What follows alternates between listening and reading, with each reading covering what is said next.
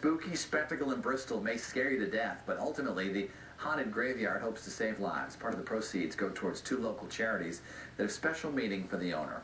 As Channel 3's Hallie Jackson now shows us, it's a good scare for good cause. The haunted graveyard sounds spooky and looks it. At first, you're overwhelmed by it.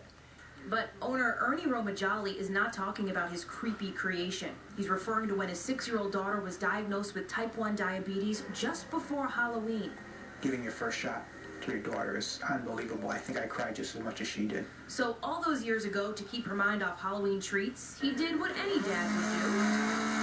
He built a giant haunted graveyard in his front yard to distract her from all that candy. Yep, that's pretty distracting. She was one of the only kids in school to have a haunted graveyard at her house for Halloween. See, when the haunted graveyard started in that backyard in Middletown 19 years ago, it only had about 20 headstones. Now, it has so many more, plus a few extra Walking Dead and zombies, and of course, the chainsaw guy. Romajali gave us a peek into the spectacle that now has grown to include 175 actors. Oh, yes, And attracts about 50,000 people in a season.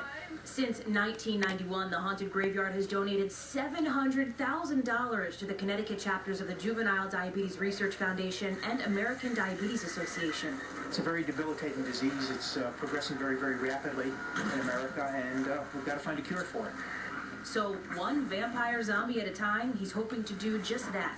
Because the thought of even more people living with diabetes, he says, is even scarier than anything you'll see here.